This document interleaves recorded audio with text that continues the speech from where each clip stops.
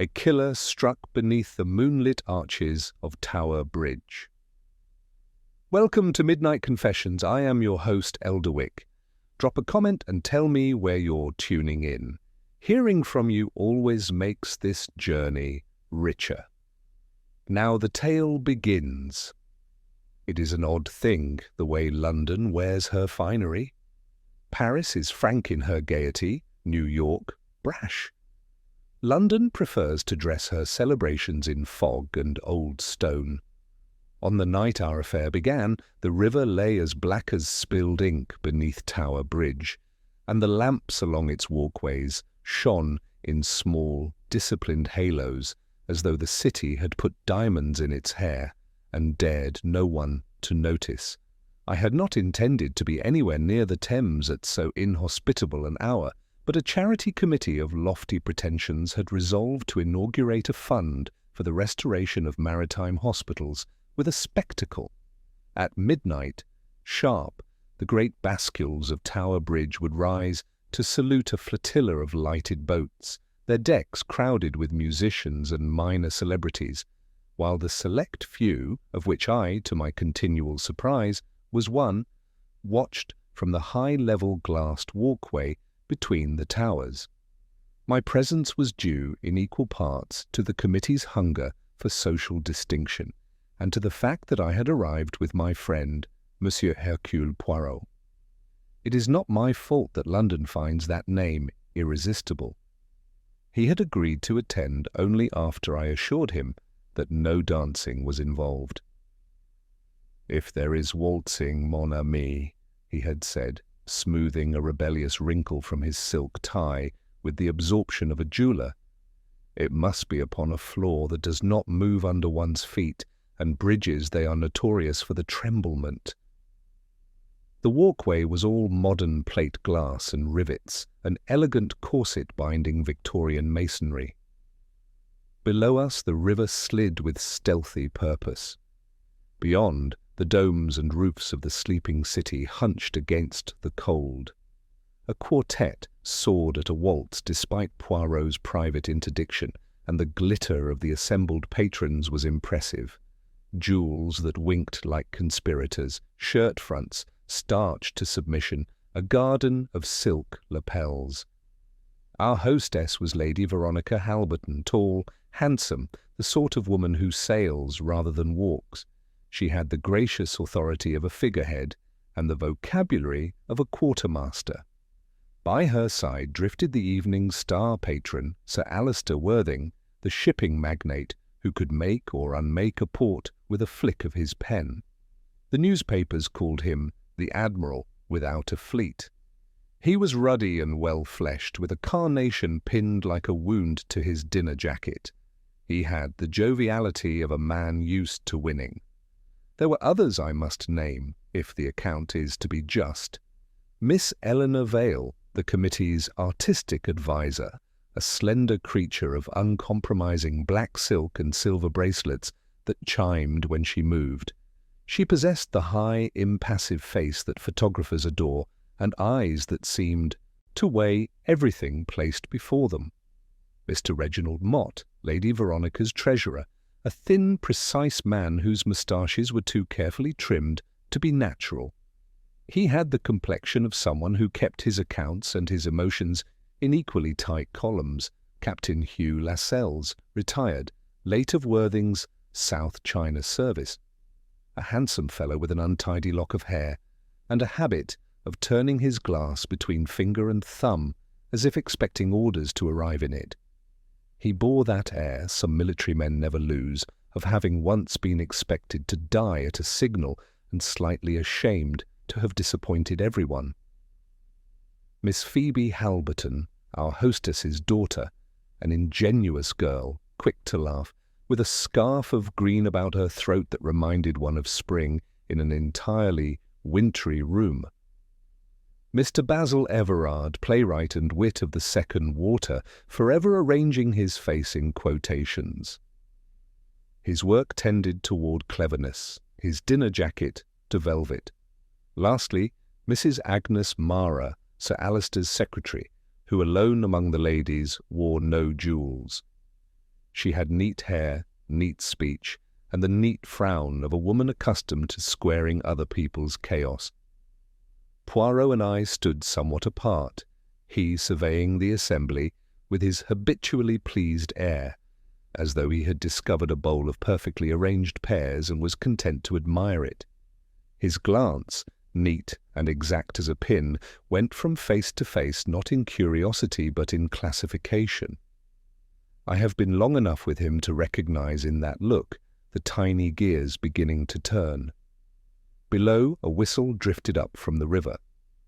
It was answered by another farther off, higher, and then the clocks along the embankment took the quarter before midnight with a quiet conspiracy of chimes. Lady Veronica clapped her hands. "Friends," she announced, "we are about to begin the ascent. Sir Alistair will preside at the control switch. Mr. Mott, if you please, coordinate with the engineer. Captain Lascelles, perhaps you'll assist with the signal flags for the flotilla." "As I ever do, my lady," said Lascelles, and bowed. Worthing laughed and wagged a finger at the boats, nosing against their lines below. "My dears, it is like putting a crown on a mistress. London will applaud, and the river will blush." Miss Vale's bracelets chimed once. "Rivers do not blush," she said, with a serene distaste that managed to expose the joke's cheapness. "I assure you, mademoiselle," Poirot murmured at my elbow, "even rivers have their modesty. Consider the Nile, it is wrapped in silence, and yet—" He broke off, smiling, and adjusted his cuff-link. "Mais non, forgive me, Hastings, I grow fanciful." A young engineer in a navy serge uniform waited by a small, glass-fronted enclosure where the control levers were displayed like organ stops. He was a grave youth, with grease upon his wrists and a kink of hair that refused discipline. The doors to the enclosure stood open. A brass rail kept idle fingers from the mechanism. I observed the switch, the levers, the gauges, and thought how unromantic modern marvels appear when one stands too close to them. At 5 minutes to midnight, the proceedings narrowed into a proper sense of ceremony. The quartet retired to a corner. The guests drifted as if compelled by some tide toward the open bay of glass that overlooked the centre of the roadway. The river's breath rose, faint and cold. Sir Alistair made rather a point of the thing. He moved to the enclosure accompanied by the young engineer. "For the benefit of those unused to such spectacles," he boomed, "I inform you that this is a delicate piece of business, and no one will thank you if you press where you ought not. However," he flashed the grin of the man who expects applause whatever he does, "tonight we shall let London see how her bridge remembers to bow." Lady Veronica, severe but indulgent, gestured to Mr. Mott. The treasurer leaned in to exchange a murmured instruction with the engineer. Lascelles at the far end had taken up the flags. Their bright colours looked absurdly cheerful against the cold glass and iron. Poirot, who is a creature of habits as precise as his moustaches, removed a speck of lint from his sleeve. "You do not enjoy pageantry, mon ami?"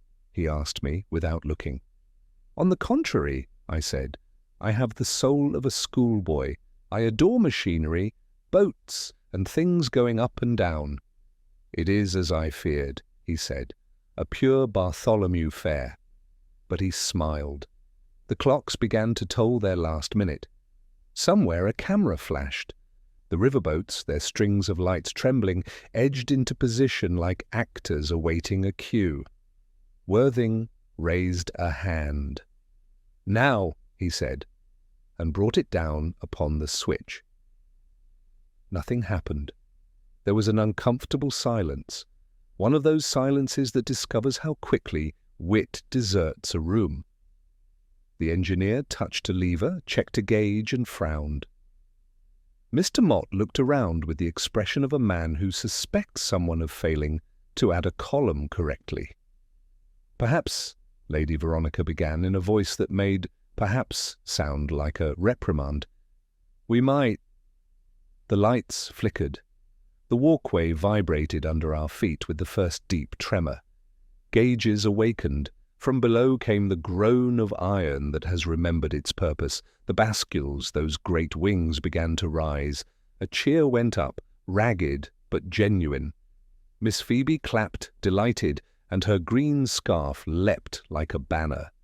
Everard, who had been arranging his features into a clever remark about modernity, rearranged them for applause instead. Then, how to describe it? There was a second vibration, heavier and uglier, as if the machinery had stumbled. The engineer cried out, and several of us turned instinctively to the glass-fronted enclosure. Sir Alister Worthing, hand still on the switch, had lurched forward as if struck from behind. He collided with the rail, rebounded, and slid sideways down the panel, leaving upon the shining glass a smear that I did not at first recognize for what it was. Poirot was moving already, not toward him, but away, his eyes travelling the room with a curious intentness, as if he looked not for what had happened, but for who had expected it. An absurd thought darted through my mind. Poirot, fussing about a stain on his sleeve, even as disaster arrived, and it vanished as quickly. There was no stain, there was only that precise gaze, noting, sorting. We reached Worthing with the others, forcing through a throng that had become a crowd for the first time that evening. The engineer, white-faced, fumbled at Sir Alister's collar, then stood back with his hands covered and trembling. Worthing lay half on his side, heavy, the carnation crushed. His eyes were open, the joviality fled from them as if it had never been. "Doctor?" someone said uselessly. "Is there a doctor?" "There is not the need," Poirot said quietly, and his voice made a brief, strange hush in which everyone seemed to breathe at once. "He's quite dead." Miss Phoebe made a small noise that I would not have expected of her, like a swallowed sob. Lady Veronica, who had not moved, lifted her chin as if the cold river air had struck her full in the face. Mr. Mott's moustaches quivered. It looked as though his whole person sought, frantically, a column in which to place this item of expenditure. What has happened?" Lascelles asked hoarsely from the far end, flags forgotten in his fists. "What's wrong with him?" Poirot's eyes had dropped to Worthing's hands. One glove was immaculate, the other bore a dark smear of grease across the palm, an ugly crescent. On his wrist, a thin gold watch had cracked its crystal and stopped, the hands arrested, at 2 minutes past midnight. The carnation's pin had torn free and lay a little apart, as if it had tried to make its escape. "It is very curious," Poirot murmured. He did not kneel, he seldom does. He stood, a small exact figure surrounded by the shawled and tuxedoed panic of that gleaming room, and observed the dead man with an attention that felt like respect. "You will all be so good as to remain precisely where you are." At that, Mrs. Mara, the secretary, let out her breath in a single, hard sound. "We can't stay here," she said. "The bridge, the machinery, if there's been a fault." "The machinery will behave better than we shall," Eleanor Vale answered. Her voice was calm, but she had gone very pale, and I noticed a hairline crack in one of her silver bracelets, as if it had been struck against something. "Is this Everard began, and then swallowed the word murder like a bad line he had momentarily rehearsed. From somewhere below came the prolonged cry of a whistle, insistent now, irritated. The bascules had steadied in their ascent, and hung like the wings of some enormous bird, poised and listening. The river waited. Poirot gestured once with his hand, delicate, decisive. "Lady Veronica, the doors to this walkway, have they been locked since the ceremony began?" "Locked?"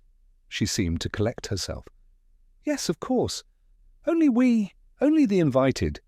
She glanced at Mr. Mott, who bobbed a small, inadequate confirmation.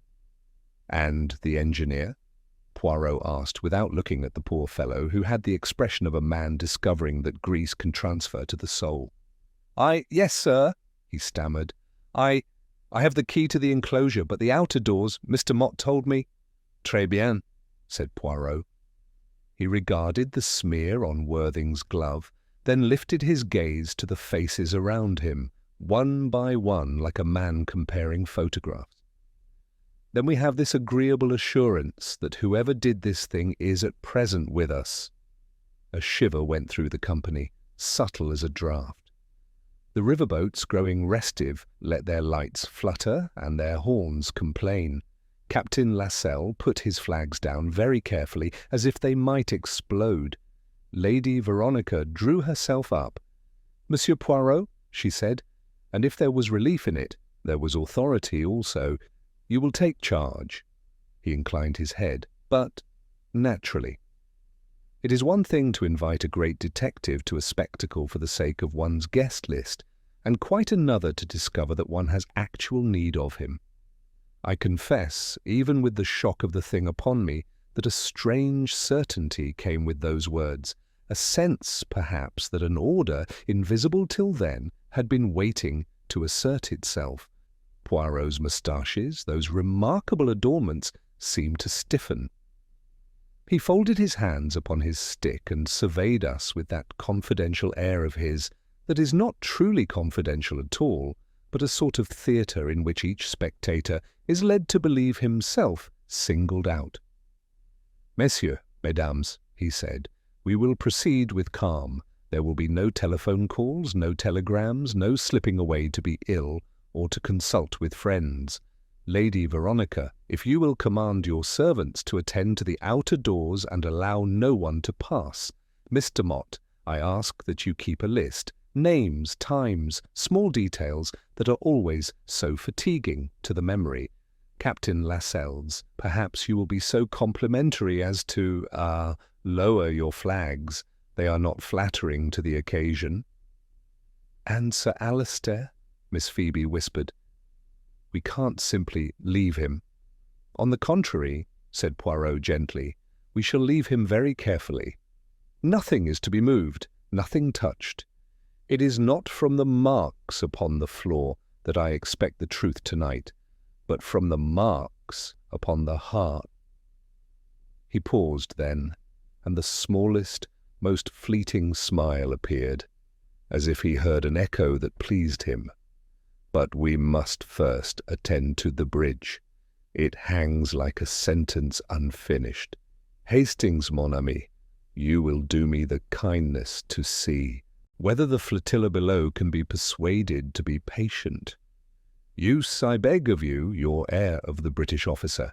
It alarms the civilians and comforts the guilty." I confess, I blinked. "Comforts? The guilty are very fond of uniforms," he said, eyes twinkling. "They believe them to be occupied with rules." And with that, as the clocks tolled a belated end to the hour, the wind lifted Miss Phoebe's scarf and sent it writhing against the glass, a green thing in a room of black and white. The river waited, the city breathed, the little grey cells within that egg-shaped head, which have so often reduced chaos to order, stirred from their rest. And among the glittering few trapped in the walkway above Tower Bridge, one face did not change at all. If you will forgive me, I shall not tell you yet whose. The crowd had begun to shift uneasily, voices rising and falling like waves against the glass walls of the bridge. The night beyond, with its faint mist and echoing horns, pressed close as though London itself leaned in to witness. Poirot, with a gesture small but commanding, restored order.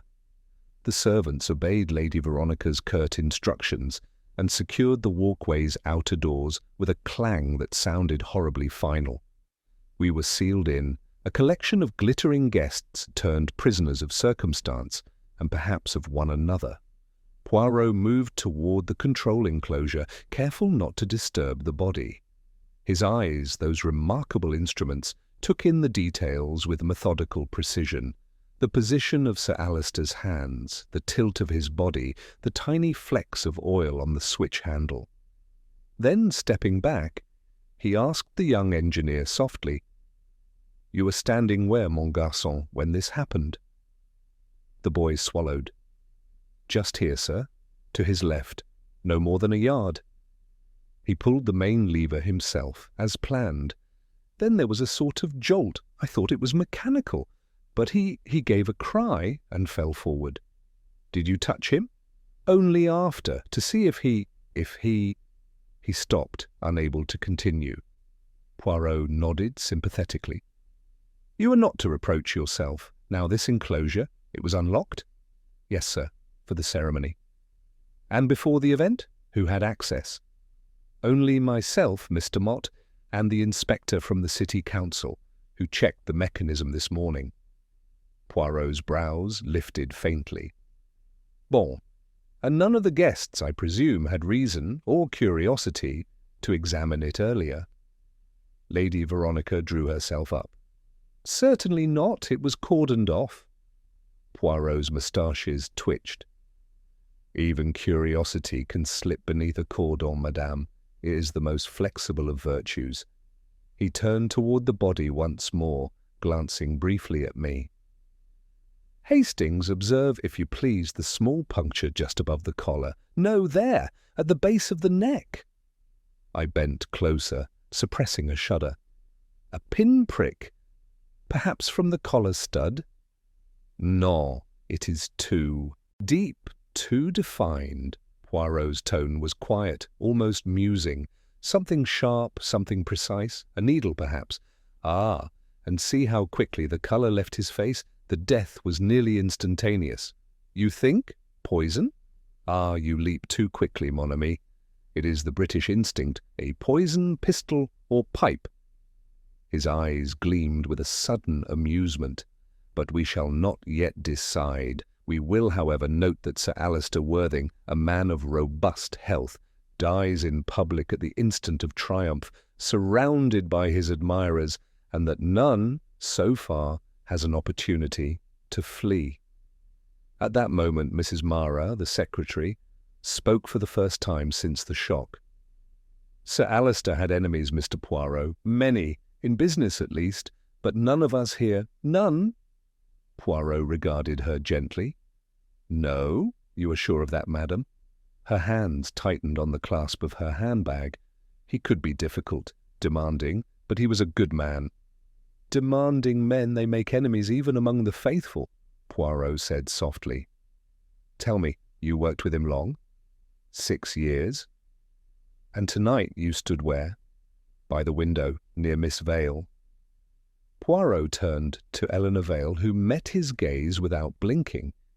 "You did not look toward Sir Alister at the moment he fell?" "I heard the sound before I saw anything," she said coolly. "Then everyone rushed forward. There was no time." He nodded slowly. "And before that, mademoiselle? Did you notice anyone near him? Anyone who approached too close, perhaps to speak, to congratulate?" Her silver bracelets chimed softly as she folded her arms. "Captain Lascelles, perhaps. They spoke briefly. About the signal flags, I think." At the mention of his name, Lascelles straightened. "Quite true. I asked if he wanted the bridge raised before the third whistle or after. He said after, that's all." "And you did not touch him?" "Of course not." Poirot gave a little bow. "Of course not. One never touches in England. It is very uncontinental." Everard, who had been hovering on the edge of the group, broke in nervously. "Surely you're not implying one of us... I mean, this could have been an accident, some electrical thing." "The control board is insulated," said the engineer, recovering enough to sound indignant. "No shock could have passed through." "Ah," murmured Poirot.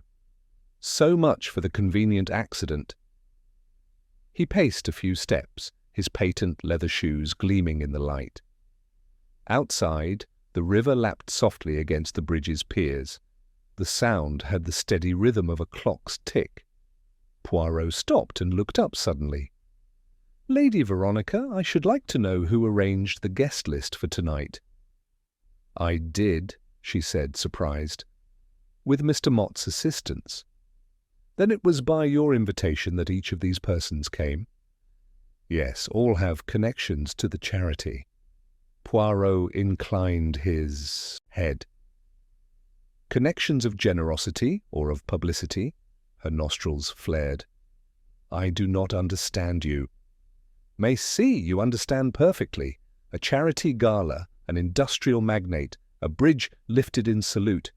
It is a tableau of ambition, yes? Each has something to gain by proximity to Sir Alister, each perhaps something to lose if he withdrew his favour." A murmur rippled through the room. The engineer swallowed hard. Miss Phoebe looked as if she might cry again. Poirot's voice, though calm, had a note of steel beneath its gentility. "Therefore we will not assume innocence nor guilt. We will merely remember that opportunity and motive are democratic. They visit all classes of persons." He moved back toward the control enclosure, eyes narrowing. Then, quite unexpectedly, he leaned forward and plucked something from the floor. A tiny object glinted between his fingers, a fine metal cylinder no longer than a matchstick. "What's that?" I asked. "A fragment of a hypodermic needle," Poirot said softly. "Broken, perhaps, when withdrawn too hastily." There was a collective intake of breath. "Then it was poison," Everard whispered. "Injected while he stood at the controls." Poirot glanced at him. "Perhaps. But remember, my excitable friend, this fragment lies not upon the body but some inches away. It may have been dropped by chance or planted with care. I am not yet satisfied." He looked up toward the ceiling, then to the locked doors. "The murderer, if indeed we have one, could not have escaped unseen. That is both his misfortune and my advantage." The fog pressed thicker against the glass. Beneath us, the dark ribbon of the Thames gleamed faintly, indifferent to the human drama above. Poirot, silent for a long moment, then turned back to Lady Veronica. "Madame, you will oblige me by telephoning the police, but quietly. Say to them only that Hercule Poirot requests the presence of the Yard. We will not alarm the others beyond necessity." "And you?" she asked. "I?" He smiled faintly. "I will speak very gently with each of your guests. For now, the bridge is raised, but before it lowers again, we shall see whether it carries only the dead, or also the truth." Poirot's request was obeyed with the quiet efficiency that follows shock. Lady Veronica moved toward the telephone box at the far end of the walkway, her steps echoing softly on the metal floor. No one spoke. The guests, trapped by both circumstance and fear, seemed to drift into uneasy groups as though proximity might provide safety. The air had grown colder, and somewhere below the mist pressed harder against the glass, blurring the city's scattered lights into trembling halos. Poirot began his round of questioning with a calm that seemed almost out of place. He approached Captain Lascelles first, who was standing stiffly by the windows, his reflection doubled in the glass like a soldier at parade rest. "You are accustomed, perhaps, to sudden death, mon capitaine?" Poirot asked gently. Lascelles looked at him sharply. "I've seen it, yes, too often, but not like this. Worthing was alive and talking one moment, dead the next. You knew him well?" "Served under him years ago, merchant service. He was my commanding officer before he turned businessman." "And what was your business with him now?" Lascelles hesitated. "He'd promised to help me get back into his shipping company. I've been between positions. He said he'd see what could be done." Poirot regarded him for a long moment. "And was he a man to keep such promises?" Lascelles's mouth twisted. "When it suited him." "Then you had both hope and grievance. C'est intéressant." The captain's eyes flashed. "Do you think I killed him for that? Ridiculous." Poirot's tone remained even. "Perhaps, but it is the ridiculous that most often proves true when one deals with human passions." He left Lascelles simmering and turned to Eleanor Vale. She was standing near the body, quite still, her expression unreadable. "You are very composed, mademoiselle," Poirot said. "Most ladies would not stand so near the dead." "I have seen death before," she said. "I was a nurse during the war." "Ah, then you are familiar with needles." His words were soft, conversational, but they fell like stones. Her gaze flicked to his face, then to the tiny metal fragment still held in his gloved hand. "If you mean to accuse me, monsieur, you are wasting your time. I carry no syringes." "I accuse no one," said Poirot, "but I observed that Sir Alister flinched as though stung. You stood but a few paces away. You are tall. It would not have been difficult."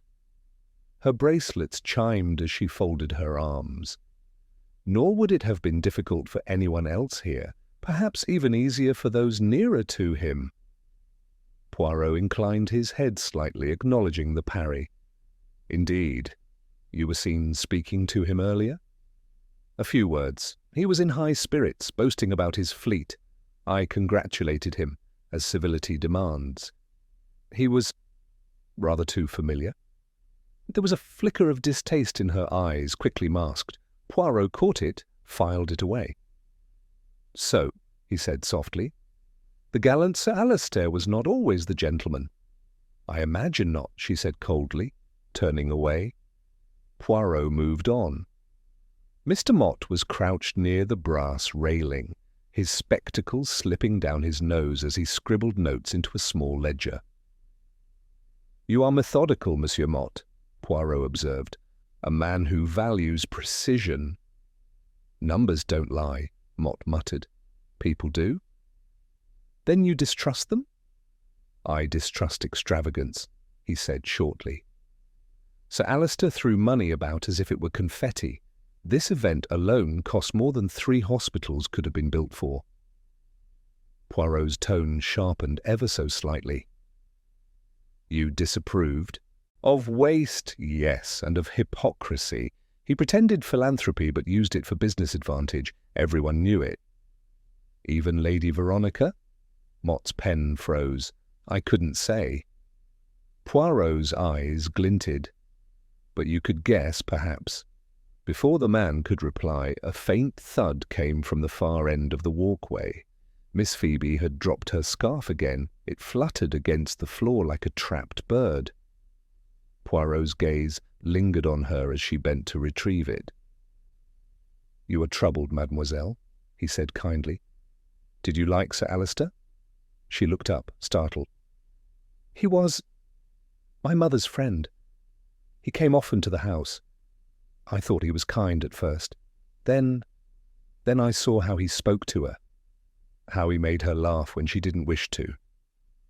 Lady Veronica returned just then, composed but pale. "The police are on their way," she said. "They ask that nothing be disturbed."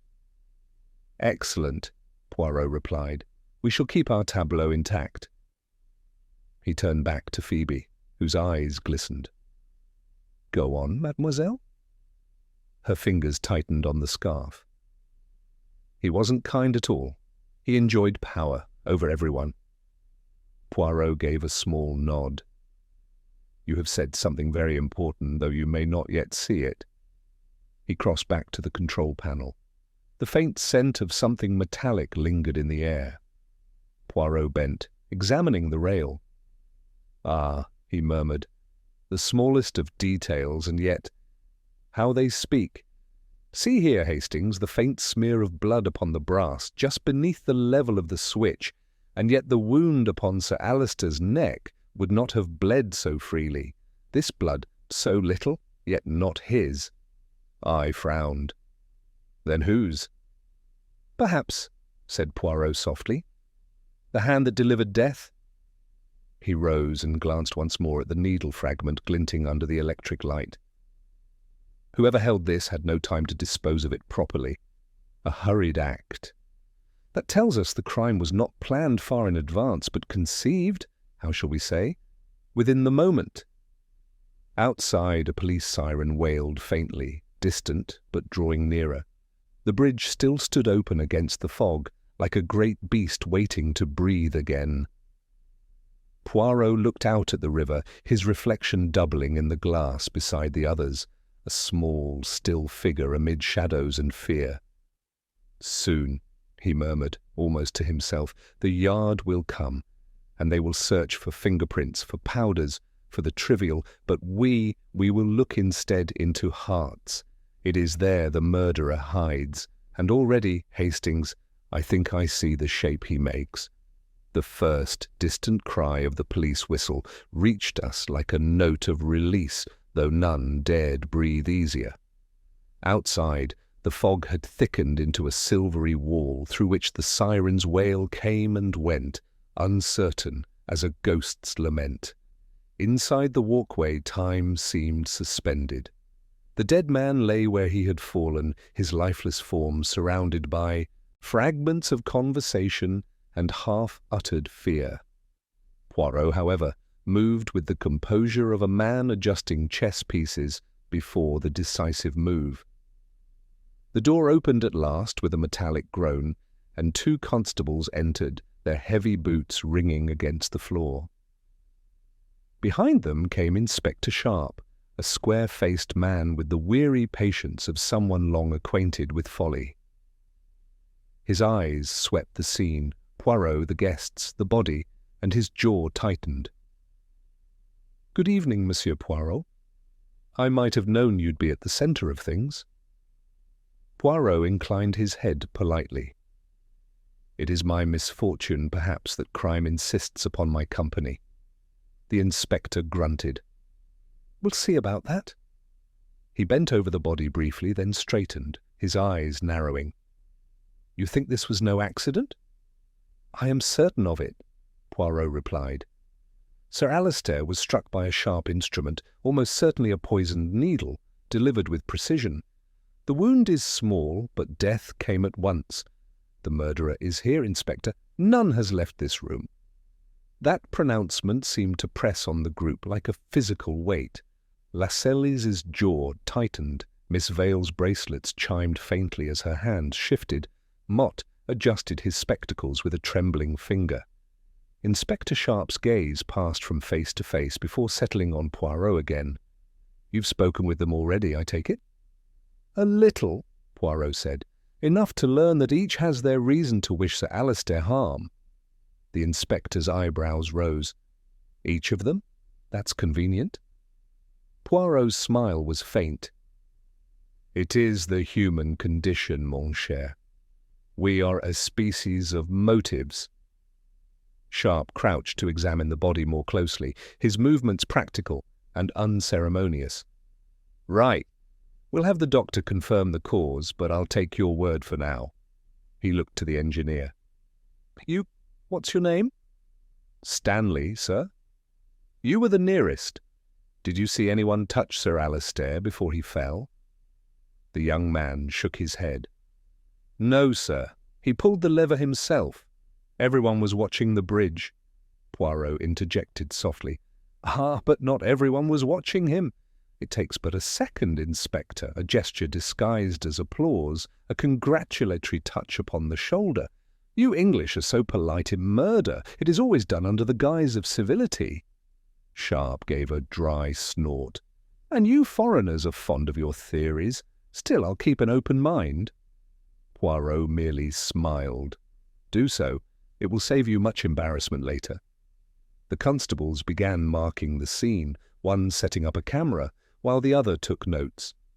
Poirot observed without comment, his head tilted. "I will not interrupt your procedure, my friend," he said, "but there is one thing I beg you to note. The fragment of needle, there, by the base of the rail. Do not touch it barehanded."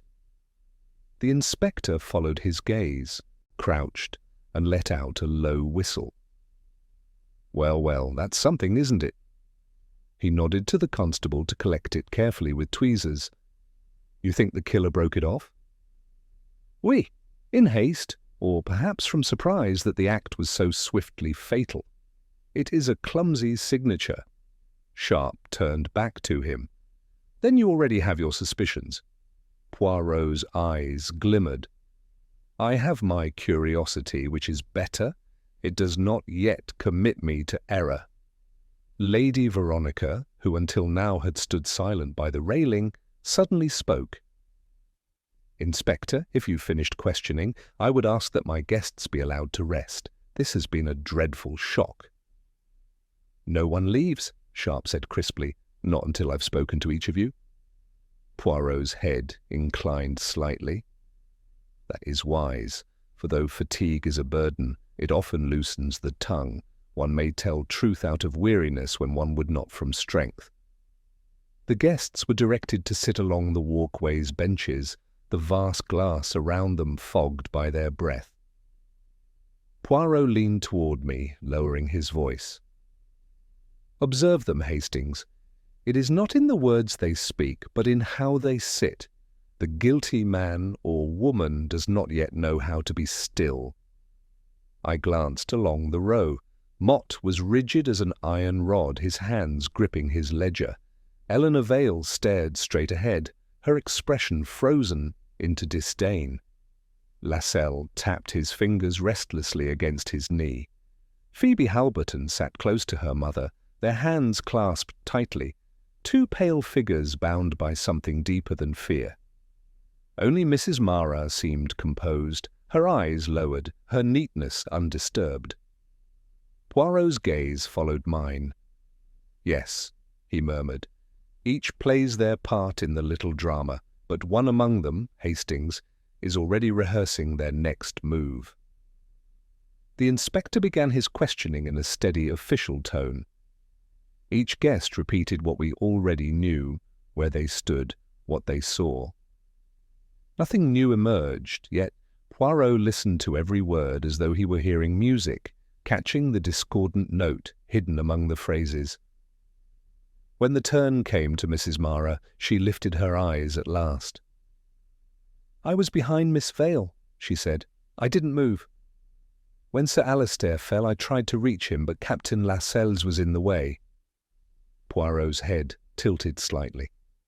"And you, madame, you were his secretary. You knew his habits, his correspondence, his plans." "Yes." "Then perhaps you also knew of the meeting he intended tomorrow morning, with the Treasury Board?" Her composure flickered. "I did. He was to present the final contracts for his new cargo line." "Contracts," said Poirot softly, "which might have ruined or enriched certain others, perhaps?" She hesitated, then nodded. "Yes, many stood to gain or lose by what he decided." Poirot smiled faintly, his eyes half-lidded. "And yet he decides nothing at all now. Death, Hastings, is the ultimate cancellation." Inspector Sharp shot him a look of impatience. "You'll forgive me, monsieur, but we'll save the philosophy for later. For now, I'd like facts." "Facts, yes," said Poirot. "They are like pebbles. One must turn many before finding the diamond." He stepped back, surveying the scene once more. "If I may make a suggestion, Inspector, the bridge should be lowered again, slowly. Let us see what is revealed when the machinery returns to rest. Sometimes, you understand, the truth lies not in the rising, but in the descent." Sharp looked doubtful, but after a pause he gave the order. The engineer moved to the controls, hands shaking. The gears groaned. The walkway trembled faintly. All eyes turned downward as the massive bascules began to lower, inch by inch, and then a small sound, metallic from somewhere within the mechanism below. Poirot's head snapped up. "Stop!" he cried. The motors stilled. He bent toward the grated floor, peering through the narrow slats.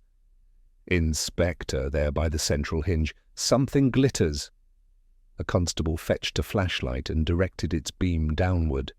The light caught upon a slender object lodged between two iron plates, a jewelled brooch, shaped like a lily. Poirot's eyes narrowed. Ah, how delicate, how feminine, and how revealing. He straightened, his expression unreadable. The murderer, I think, has left us her calling card. A murmur rippled through the group, as if the glint of that small object had broken the strange stillness that had bound us. The inspector signalled to the engineer, who hesitated, then carefully extended a metal rod through the grating. After a moment's awkward manoeuvring, the brooch was lifted into view, catching the electric light like a drop of frozen fire. It was delicate and old, platinum set with tiny diamonds fashioned in the shape of a lily with a single broken pin at the back.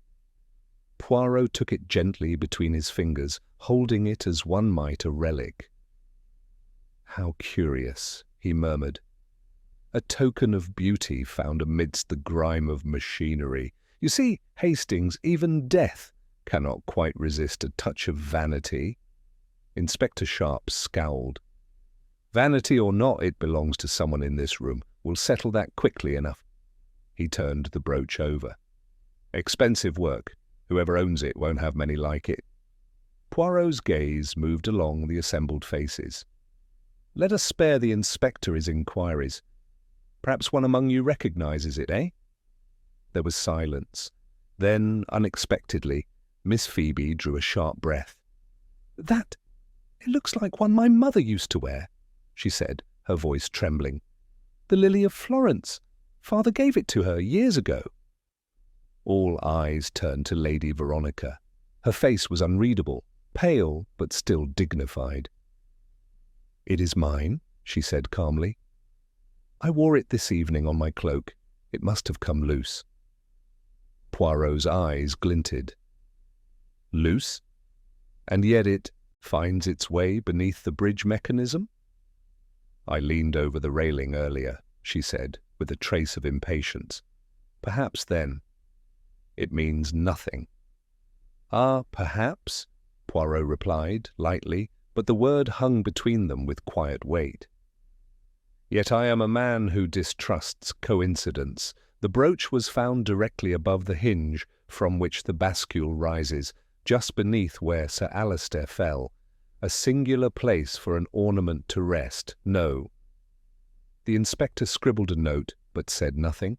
Poirot, however, continued, his tone deceptively mild.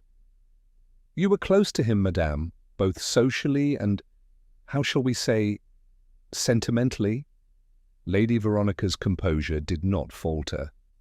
"Sir Alister was an old friend, nothing more." "Indeed," Poirot murmured. "And yet he supported your charity, advised your accounts, and visited your home almost daily. A curious friendship, perhaps." Her eyes hardened. "Monsieur Poirot, if you mean to imply scandal, you will be disappointed. Whatever gossip you imagine, it is beneath both of us." Poirot gave a small bow, the ghost of a smile upon his lips. "I imply nothing. I merely listen to what the facts whisper, and they whisper most intriguingly."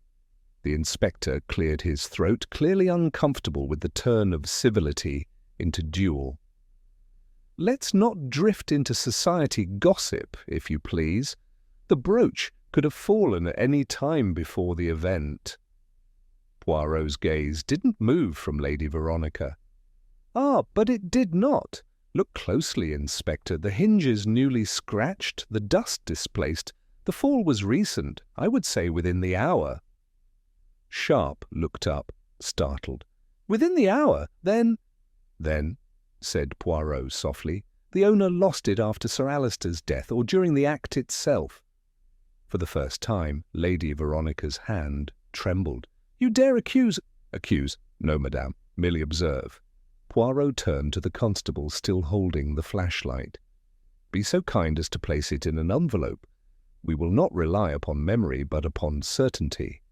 He then paced a few steps, his hands folded behind his back. "Now, Hastings, recall the small puncture upon Sir Alister's neck. It was neat, almost surgical, oui?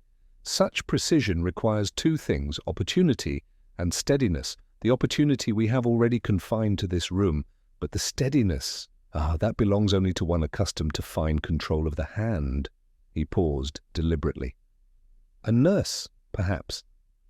Eleanor Vale's bracelets gave a faint metallic tremor as every eye turned to her. "You are mistaken," she said coldly. "I told you already, I have not touched a needle in years." "Nevertheless," said Poirot, "you have touched many things tonight. For example, when you stooped beside the body, you adjusted the carnation upon his lapel, did you not?" She hesitated, colour rising in her cheeks. "It was hanging loose. Impulse, nothing more." "An impulse, yes, or perhaps a habit, one of neatness. Yet in doing so you placed yourself close enough to remove, let us say, an incriminating object, or to drop one." She met his eyes defiantly. "If I meant to hide evidence, I would not have done so in front of everyone." Poirot's smile deepened. "You have the gift, mademoiselle, of saying exactly what the innocent would say, and yet also what the guilty would hope to convince us of. A delicate balance." Before she could reply, the engineer approached nervously, holding a small oil-stained rag. "Sir, Monsieur Poirot, look here. I found this under the secondary lever. Someone's wiped it clean recently. Just one small spot."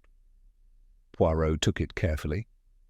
The fabric was damp, faintly scented, not of oil, but of something sharper. "Ether," he said quietly. "The anaesthetic, yes? A nurse might know it well." The inspector straightened. "Enough of hints. We'll have each of their belongings examined. If Miss Vale has anything of the sort—" "Ah, mon cher Sharp," Poirot interrupted gently, "you are too impatient. If you strip away every layer too soon, you ruin the pastry. Allow me first to see how the filling settles." He walked back toward the group, his eyes half closed in thought. "We have the weapon, concealed as a needle. We have the method, swift, precise, without struggle. And now we have the symbol, the brooch, fallen where the body fell. What remains is motive, and motive, as ever, hides behind pride or fear." His gaze moved from face to face until it came to rest again on Lady Veronica and her daughter. "I begin to see now," he said softly, almost to himself, "how love may disguise itself as protection, and how protection, in turn, may commit a crime." The inspector frowned. "What do you mean by that?" Poirot looked toward the misted glass, the faint city lights flickering beyond. "Only that the truth, like the river, reflects what lies above and conceals what lies beneath. And before the night ends, Inspector, we shall see both." The bridge creaked faintly as if straining under the weight of silence. The fog outside pressed closer to the glass walls, muffling the noise of the city, and within that confined space the tension grew as tangible as the chill in the air. Poirot stood utterly still, eyes lowered to the brooch, sealed now in its paper envelope, his thoughts clearly turning in the secret rhythm of his little grey cells. Lady Veronica had resumed her rigid posture beside her daughter, her face once again the picture of control, though the pulse at her temple betrayed her strain. Inspector Sharp, meanwhile, had stationed his constables by the exits. "No one leaves till dawn if need be," he declared, with the sturdy satisfaction of a man who had done something practical. "We'll have statements, possessions searched, and fingerprints compared." Poirot gave a soft sigh. Always the fingerprints. And yet, how often have I said, "Murder, it is not in the fingers, but in the heart." Still proceed, Inspector. It keeps the guilty uneasy and the innocent occupied. He turned to the group with the polite gravity of a host addressing dinner guests. "Now, mes amis, Perhaps we shall learn not who touched the switch or dropped a brooch, but who among us has touched death before tonight." His gaze lingered on each in turn. Captain Lascelles, a man of the sea, has seen death many times. Miss Vale, a nurse, has dealt with it tenderly. Mr. Mott, in his numbers, kills quietly with precision. Mrs. Murrah, with her pen, may end reputations. Lady Veronica, she buries with silence. And Mademoiselle Phoebe, who hides behind her youth, has perhaps seen more than she should. Phoebe started, colour rushing to her cheeks. "You can't mean—" Poirot lifted a finger. "No, mademoiselle, I mean nothing yet. But it is curious, is it not, that innocence so quickly protests?" Lady Veronica drew her daughter closer. "Monsieur Poirot, I will not have her interrogated like a criminal." He bowed slightly. "Then let her speak freely, and we will know her innocence by its own light. Tell me, mademoiselle, before Sir Alistair took his place at the controls, did he speak to you?" Phoebe hesitated, looking toward her mother as if seeking permission.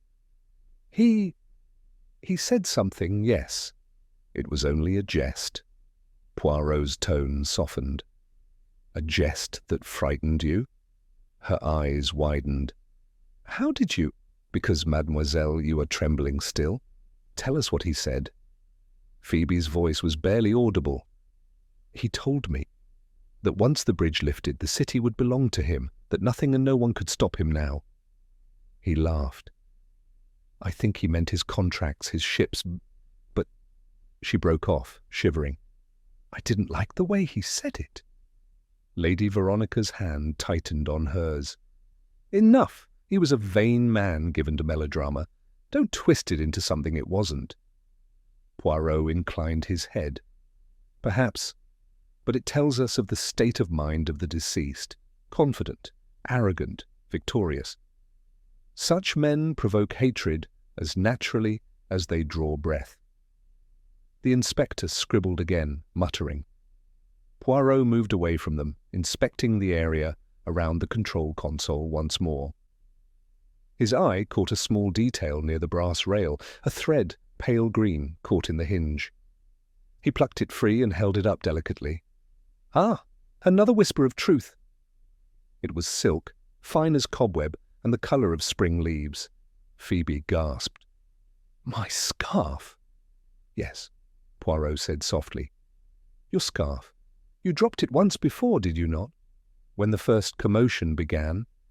And now it seems a little piece remained behind, entangled here, near where Sir Alistair stood. Tell me, how did it come so close to the mechanism?" "I don't know," she stammered. "It must have blown loose when the wind came through the window." "But—" "The windows were closed," Poirot interrupted gently, "and the doors locked. No wind entered. Her lips parted, but no sound came." Lady Veronica's eyes flashed, sharp with maternal instinct. "Are you implying my daughter—" "No, no, madame. Do not mistake me. I imply nothing yet. But I observe that the scarf, like the brooch, belongs to your family, and so, once again, the evidence of sentiment drapes itself about the scene." The inspector frowned. "You're chasing shadows, Poirot. 2 bits of fabric don't make a murderer." Poirot smiled faintly. "No, but they tell us the murderer is no stranger. This crime is not one of strangers or thieves. It is a crime of intimacy. To stab unseen with a needle, to strike at the heart while smiling to the face. That, my friend, is not the work of the common criminal. It is the work of someone bound by love or pride." He stepped back toward the group, his voice lowering. "The poison, I think, was chosen not for efficiency but for silence. Instant death, no mark but a pinprick. Such knowledge is specialized, and yet who here possesses it?" His eyes rested once more upon Eleanor Vale. She met his look steadily. "You will not trap me with coincidence, monsieur. If I wished him dead, I would have chosen a less public stage." "Precisely," said Poirot softly. "Which is why you did not." Before anyone could speak, the engineer, pale and sweating, stepped forward. "There's something else, sir, I didn't notice before. Under the main lever housing, a small case. It's wedged in the corner." The inspector motioned for it to be brought out. Poirot took it carefully. It was a narrow silver case, ornate, engraved with initials, E.V. Miss Vale's composure flickered. "That's mine," she said, her voice flat. "A cigarette case. I must have dropped it earlier." Poirot opened it delicately. Inside were 3 cigarettes, and, nestled among them, a glass ampule no larger than a thumbnail, its contents pale and viscous. He looked up. "You are careless, mademoiselle, to lose not only your jewellery but your conscience as well." Her face blanched. "That's not mine. I swear it. Someone must have put it there." Poirot closed the case gently. "Perhaps. But you see, mademoiselle, the truth has a curious habit. It hides for a time, and then, like the river beneath us, it rises." He turned to Inspector Sharp. "Keep this safe. It is our serpent's tooth. And tomorrow, when the morning comes, we shall know who has been bitten, and who struck the blow." The discovery of the cigarette case sent a tremor through the gathering. The inspector took it from Poirot with a curt nod, his expression grim. "We'll have the contents analysed," he said. "If that ampule's what I think it is, we'll have proof soon enough." Eleanor Vale had gone very still. Only her hands betrayed her, the silver bracelets trembling faintly with the rhythm of her pulse. "You must see this for what it is," she said quietly. "Someone placed it there to make me appear guilty. Whoever did this knew how it would look."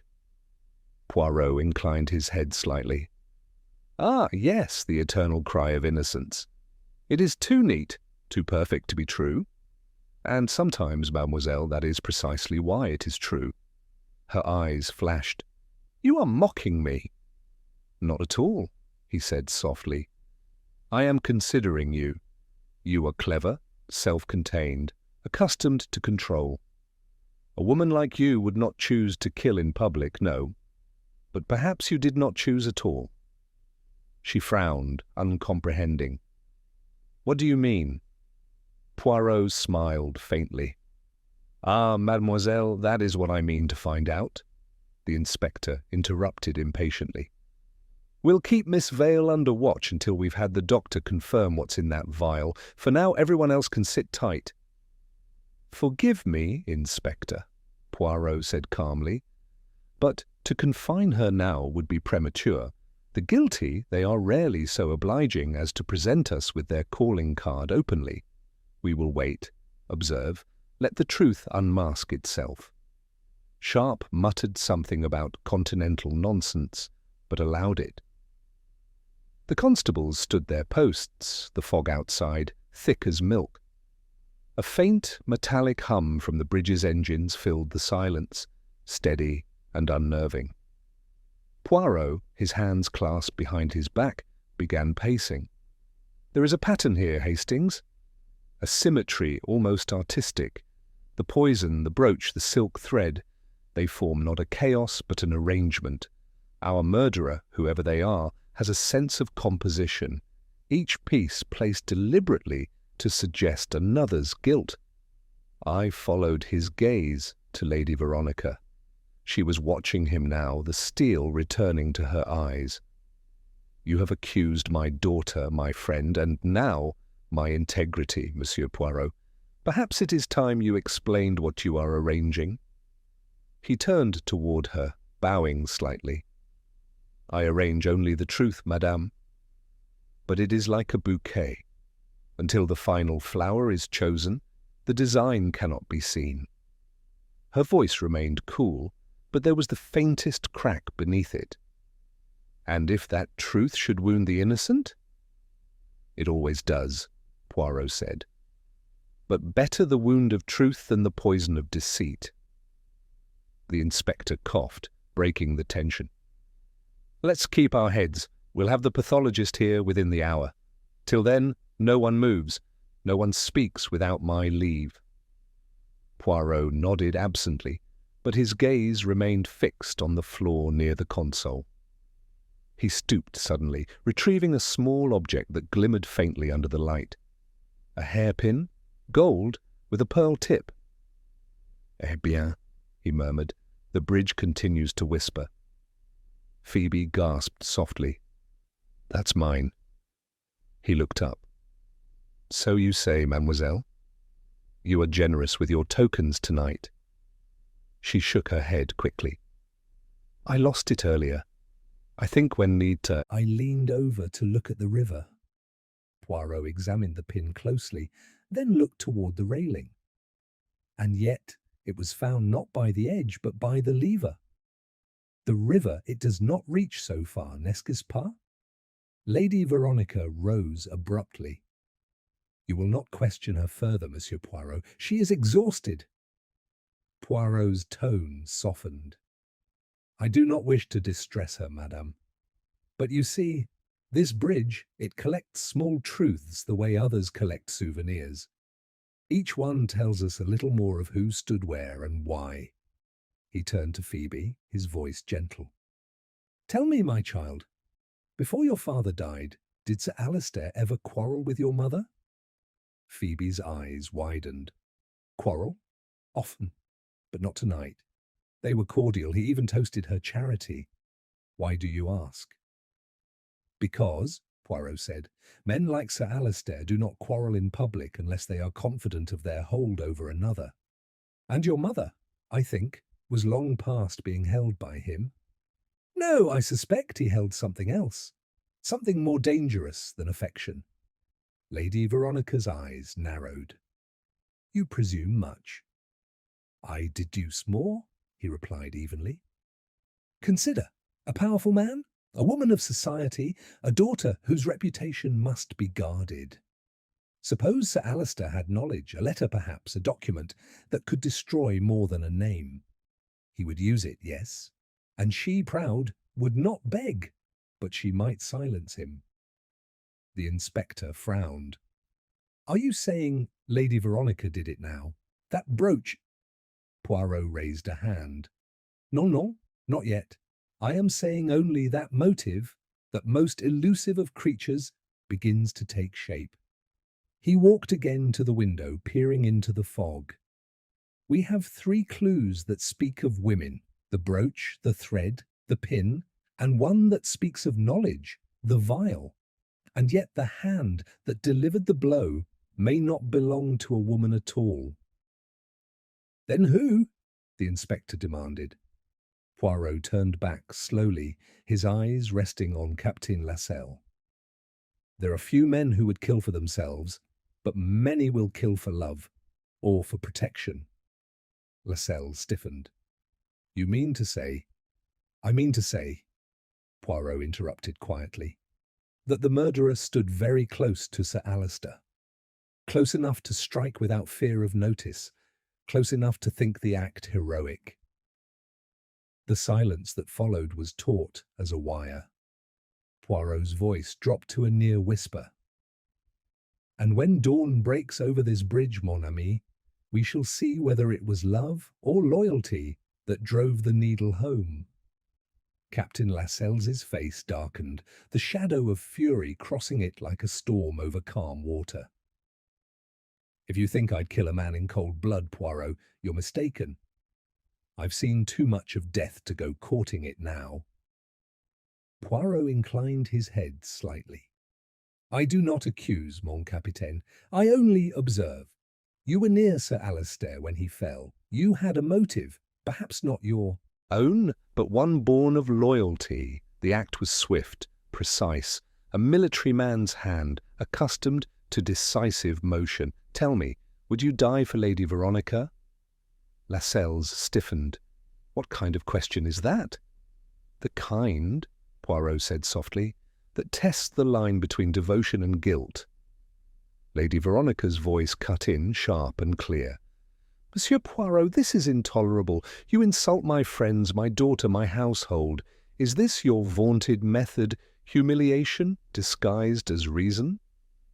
He turned to her with a gentleness that did not quite hide its steel. "No, madame, I seek only to restore order, to the facts and to your conscience." Her eyes blazed, but she said nothing more. The inspector shifted uneasily, rubbing his chin. "He's got a way of talking, Lady Veronica.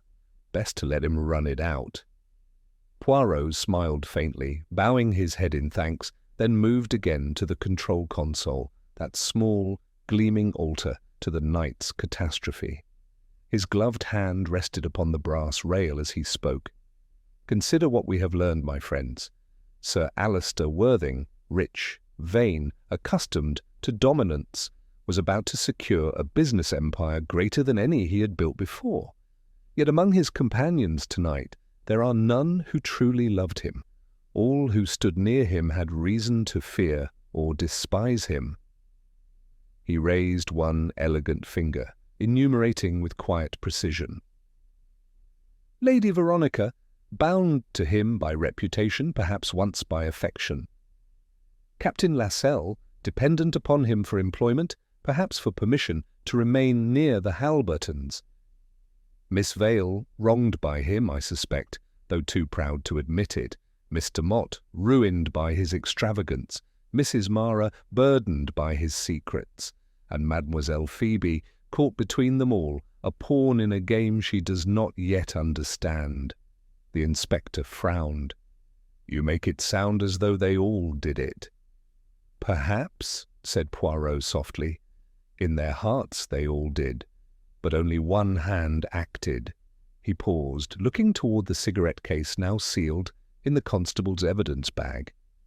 "We have an instrument of death that required knowledge, a chemical skill, the familiarity with drugs that soothe and kill alike. We have a manner of death that required proximity and stealth. And we have a stage, this bridge, chosen for its grandeur, not its secrecy. Ask yourself, Inspector, who among us thinks not merely to kill, but to perform?" There was a stir among the guests. Miss Vale's voice broke through the silence, low and steady. "You think this was theatre? That one of us planned to make a spectacle of murder?" Poirot looked at her gravely. "No, mademoiselle. I think the spectacle was accidental, but vanity, that was deliberate." She gave a short, bitter laugh. "You mean Sir Alistair's vanity, surely?" "Not his," said Poirot quietly. "The murderer's." The inspector took a step forward. "And who's that, then? Because, I'll tell you straight, Poirot, we've enough pieces to suspect any of them, but none that point clean." Poirot's eyes gleamed in the electric light. "Not clean, no, but faintly, faintly, they begin to align. For instance, the green silk thread from the scarf, so light, yet caught exactly where the mechanism moved. Someone leaned close to that lever, too close. Mademoiselle Phoebe says she lost it by accident, but she stood nowhere near that place until after the fall. Someone else then wore it, or carried it for her." Phoebe looked startled. "What? Who would—" She broke off suddenly, turning toward Lascelles, her eyes wide. Poirot's voice was soft as velvet. "Ah, voilà. The silence that reveals. Captain, you would do much, I think, for the sake of the young lady. For her reputation, for her peace. Perhaps even too much." Lascelles' hands clenched. "Careful, Poirot." "I am always careful. It is my habit. But tell me this, when you leaned to adjust the signal flags, did you brush against Sir Alistair's shoulder? Did you offer him a word, a pat, a friendly gesture?" Perhaps. I don't recall." "You do recall," Poirot said, his voice suddenly sharp. "You recall very well. The touch was brief, yes, but it was enough. The needle was hidden, perhaps within a ring, perhaps beneath the glove. The act itself, so natural it escaped notice." Lascelles' face drained of colour. "You have no proof?" "Proof? No. But the truth that I have." Poirot stepped closer, his small form radiating quiet authority. Sir Alistair threatened Lady Veronica with scandal, did he not? Letters, indiscretions, perhaps something worse? You, the loyal soldier, could not bear to see the family destroyed. You thought to end it quickly, silently, one prick, one breath, and the man who tormented them would never speak again. Lascelles swallowed, his jaw tight. "You're wrong." "Are you sure?" Poirot asked softly. "Because the green thread was not hers alone. It was wrapped about the handle of your flag, where she tied it for luck. I saw it when you saluted the flotilla. It must have caught upon the lever when you struck." For a moment, the only sound was the river's slow lap below. Then Lascelles spoke hoarsely. "He would have ruined her. He told me tonight, laughed about it. Said he'd show her letters to the press, drag her name through the mud. She didn't deserve that. None of them did." Lady Veronica rose, one hand at her throat. "Phew! Dear God, what have you done?" He turned to her, his voice low, breaking. "What I thought was right, what any man who loved you would have done." Poirot's tone was almost kind. "Love, mon capitaine, is noble, but murder, never. And yet I understand. You killed not for yourself, but for another. And that perhaps is why your hand trembles now, not with guilt alone, but with sorrow." The inspector stepped forward, signalling to his men. "Captain Hugh Lascelles, I'll have you come with us." Lascelles made no move to resist. He looked once more at Lady Veronica, just once, then bowed his head. "It's done then," he murmured. "At least he can't hurt her any more." Poirot watched silently as the constables led him away.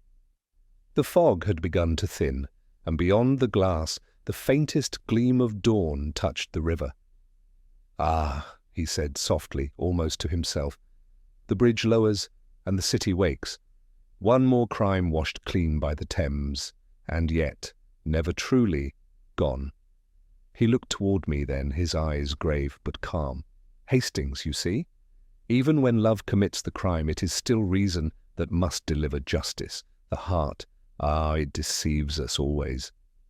And as the first light broke across Tower Bridge, it seemed to me that Poirot, immaculate as ever, stood not as judge nor avenger, but as the solitary keeper of a balance that the world, in all its folly, could never quite maintain. The constables led Captain Lascelles away down the walkway, their boots echoing against the metal floor. The sound lingered long after they had vanished into the mist, leaving behind an emptiness that no one quite knew how to fill.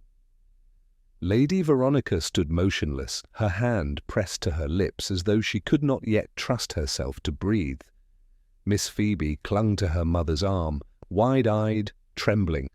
Miss Vale turned away, her expression unreadable, while Mr. Mott stared fixedly at the control panel as if it might explain the senseless.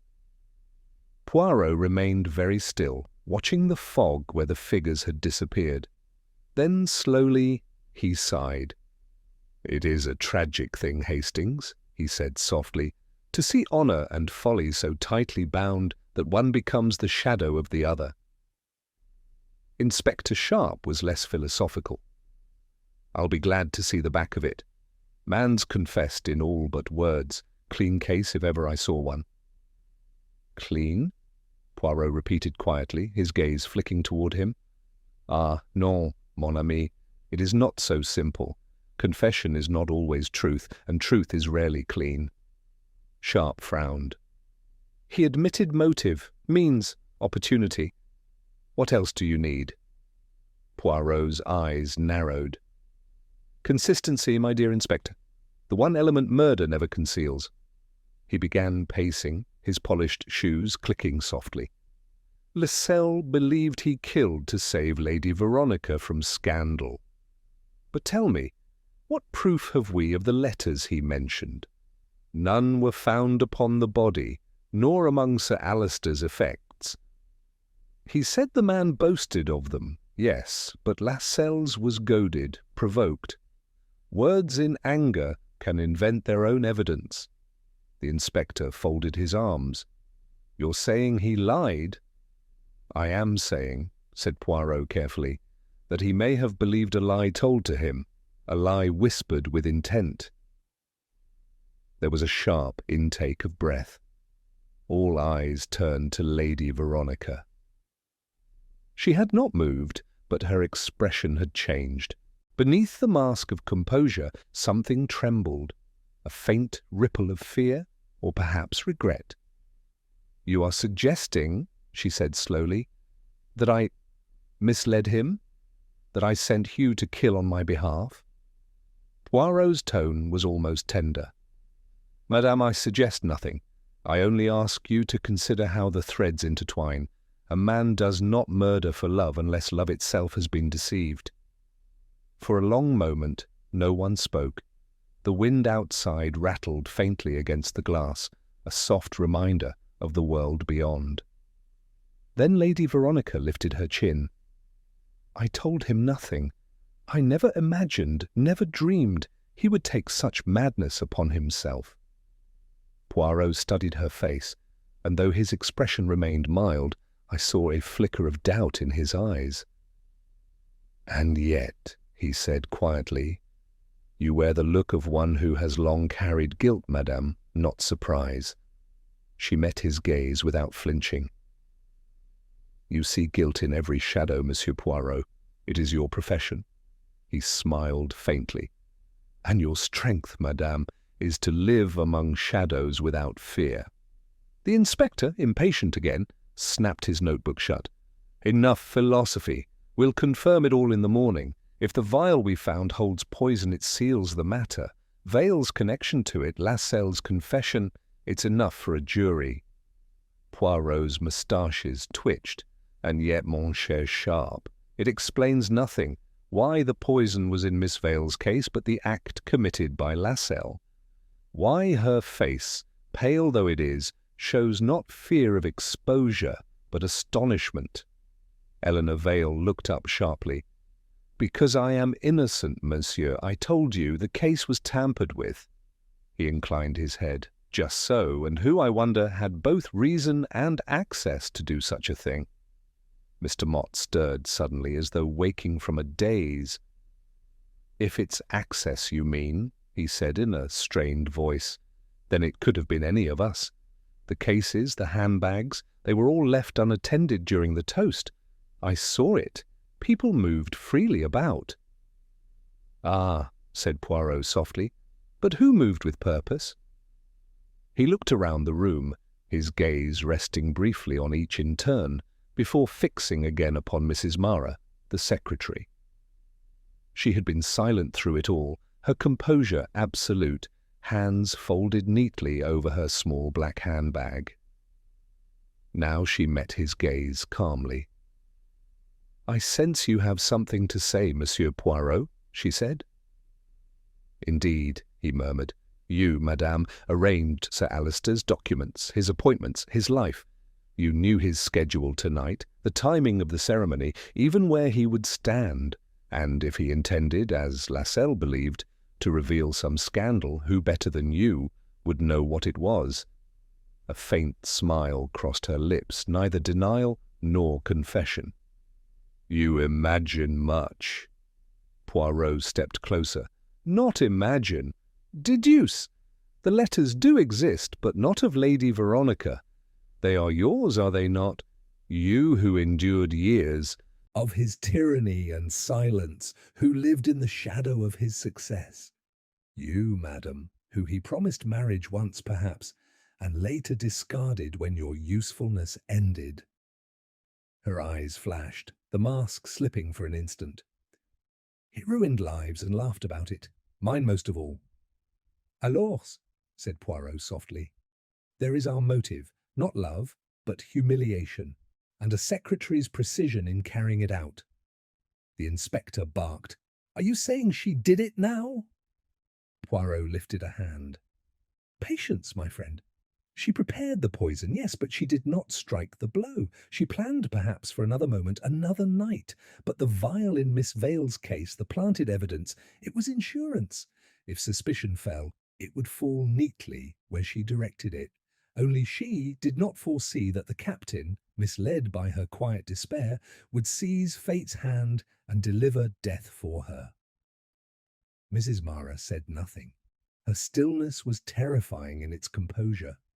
Finally, she spoke, her voice low and even. "You have no proof." Poirot regarded her gravely. "Proof? No, but the truth, it will reveal itself. When the morning comes, Inspector will find on your gloves the faintest residue of the same ether we smelled upon the cloth. You handled the vial yourself, perhaps when placing it in Miss Vale's case. The evidence? It will be small but precise, like your handwriting." The colour drained from her face. Her fingers tightened around the handbag until the clasp snapped open with a sharp click. Inside, I glimpsed a folded paper, aged, sealed with wax. Poirot's eyes flicked toward it. "Ah," he murmured. "The final act. The letter itself." For a moment, she stared at him, her composure gone. Then, without another word, she let the paper fall to the floor and turned away, her voice breaking as she whispered, "He destroyed everything. I only wanted him to fear what I feared every day." Poirot's voice was soft but merciless. "And now, madame, you will have your peace, but not your freedom." The inspector moved to her side as the constables returned, their faces pale with fatigue. Outside, dawn was spreading at last across the Thames, pale gold upon the water. Poirot looked out through the glass, his reflection a dark silhouette against the growing light. "So ends it," he said quietly. "Two lives destroyed by the same man, one by cruelty, the other by devotion. It is always thus, Hastings. The bridges we build to love or revenge, they never bear the weight." The fog had thinned to pale ribbons by the time we descended from the glass walkway. The air was raw, and the first light of dawn turned the Thames into a sheet of dull pewter. Police car lamps flickered red and blue upon the mist, and the city, indifferent, immense, was already stirring awake, unaware of the drama that had played itself out above its sleeping waters. Poirot walked beside me in silence, his gloved hands folded neatly behind his back. The constables had taken Mrs. Mara away. Lady Veronica and her daughter had gone home under escort, too shaken to speak further. Miss Vale stood at the far end of the bridge, staring into the river with an expression neither of relief nor triumph, but of something quieter, perhaps pity. Only Poirot's small, immaculate figure remained composed, every movement precise as if he were setting the final pieces of a puzzle into their rightful place. At last, I broke the silence. "So that's the end of it, then?" The captain and Mrs. Mara both guilty, each in their own way. Poirot's moustaches twitched gently. "Guilty, yes, though in very different degrees. You see, Hastings, Madame Mara planned the crime, meticulously, without pity, but lacked the courage to execute it. It was her misfortune to confide her bitterness to a man too full of misplaced chivalry. Captain Lascelles believed himself acting in protection of the lady he loved, when in truth he served another's vengeance. I shook my head, and all for letters that no longer even mattered. "They always matter," Poirot said softly. "Not for what they say, but for what they represent. Control, reputation, power. Each of them believed that by destroying Sir Alister they could reclaim something of themselves. Instead, they only lost it completely." He stopped near the railing, gazing down at the slow-moving current. The rising sun cast gold across the water, and the bascules of the bridge gleamed as they settled into their resting place. "Regard, Hastings," he said quietly. "The bridge, it is like the human heart.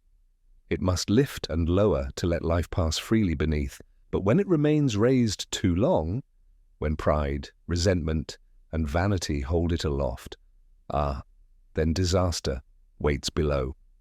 I watched him for a moment. You pity them, don't you? Mais oui, he replied simply. I always pity the ones who kill for love. It is the most foolish reason, and the most human. Mrs. Mara killed for pride, the captain killed for devotion. Lady Veronica, perhaps, killed only by silence. In such a triangle there is no innocence, only degrees of tragedy. The inspector joined us then, his expression weary but grudgingly respectful. They've taken her in, he said. You were right about the gloves. The labs already confirmed the ether residue, not enough for a killing dose, but enough to prove handling. The rest will come out in court. Poirot nodded slightly. It will not bring peace to any of them, I fear. Sharp sighed. Justice rarely does. He looked out at the water. Still, I'll say this, Poirot, you've an eye for the details no man should ever notice, and yet you never miss the ones that matter most. Poirot inclined his head modestly. Merci, my friend, but I do not rely on the eye alone. It is the little grey cells that see most clearly when the heart does not interfere. The inspector gave a short laugh. Well, I'll leave the hearts to you then. He turned to go, muttering something about paperwork and tea. Poirot remained by the railing, his gaze following the faint ripples on the Thames. The sun had risen higher now, turning the fog to pale gold. Around us the city's hum grew louder, omnibuses groaning, vendors calling, footsteps echoing on wet pavements. Yet for all its bustle, there was something serene in the air, as though the bridge itself, after its night of turmoil, had found equilibrium once more. At last Poirot turned to me. It is done, Hastings. Order, she has been restored. And yet, I said, you don't look satisfied. He smiled faintly. Satisfaction, mon ami, is for the baker who removes a perfect cake from the oven. For the detective, only clarity. We deal not in triumph, but in truth, and truth, alas, is seldom sweet. We began to walk again, our footsteps soft on the damp stones. Behind us the bridge loomed, iron and elegant, rising above the river like a monument to the frailty of men and the endurance of justice. As we reached the far end, Poirot paused and glanced back one last time. "Do you know, Hastings," he said thoughtfully, "there is something about this city I find admirable. She hides her crimes in fog and her guilt in silence, yet she always wakes anew, pretending nothing has happened. Perhaps it is her way of surviving." He straightened his tie, flicked a speck of dust from his sleeve, and smiled that small, impeccable smile of his. "Come, mon ami, the morning calls for chocolate and reflection, and for me, perhaps, just perhaps, a new pair of gloves." And with that, Hercule Poirot, immaculate as ever, stepped into the growing light of London's dawn, his silhouette precise and composed against the awakening city, leaving behind him the river, the bridge, and the quiet certainty that once again reason had prevailed where passion failed, passion failed, passion failed, passion failed, passion failed, passion failed, passion failed, passion failed, passion failed, passion failed.